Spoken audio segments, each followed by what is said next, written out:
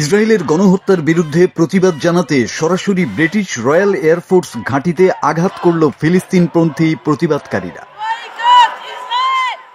যুক্তরাজ্যের মধ্যাঞ্চলের RAF Bryce Norton ঘাঁটিতে হামলা চালিয়েছে প্যালেস্টাইন অ্যাকশন নামের একটি সংগঠন। তাদের দাবি, গাজায় ইসরায়েলি বর্বরতার পেছনে ব্রিটিশ সরকারও সমানভাবে দায়ী, আর সেই প্রতিবাদেই দুটি যুদ্ধবিমানকে টার্গেট করে ক্ষতিগ্রস্ত করা হয়েছে।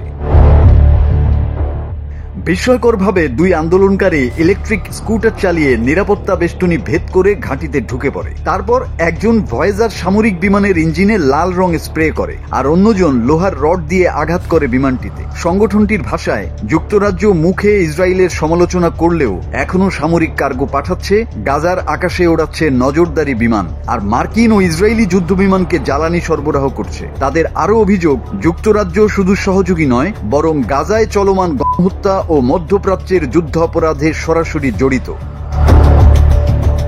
সামাজিক যোগাযোগ মাধ্যমে প্রকাশিত ভিডিওতে দেখা যায় এক আন্দোলনকারী পুরনো অগ্নি নির্বাপক যন্ত্র ব্যবহার করে বিমানে লাল রং ছেটাচ্ছে। এই লাল রংকে তারা বলছে ফিলিস্তিনিদের রক্তের প্রতীক।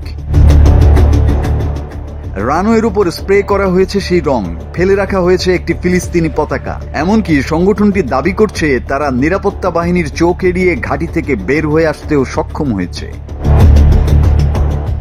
এই ঘটনায় তীব্র প্রতিক্রিয়া জানিয়েছেন যুক্তরাজ্যের প্রতিরক্ষা মন্ত্রী জন হিলি। তিনি ঘটনার পূর্ণাঙ্গ তদন্ত ও সব সামরিক ঘাঁটির নিরাপত্তা পর্যালোচনার নির্দেশ দিয়েছেন। এই ঘটনা দেখিয়ে দিল, যুদ্ধ শুধু বোমা আর ক্ষেপণাস্ত্র দিয়ে হয় না, হয় প্রতিবাদের সাহসিকতায়ও। মাসুদ হাসান, বাংলা টিভি।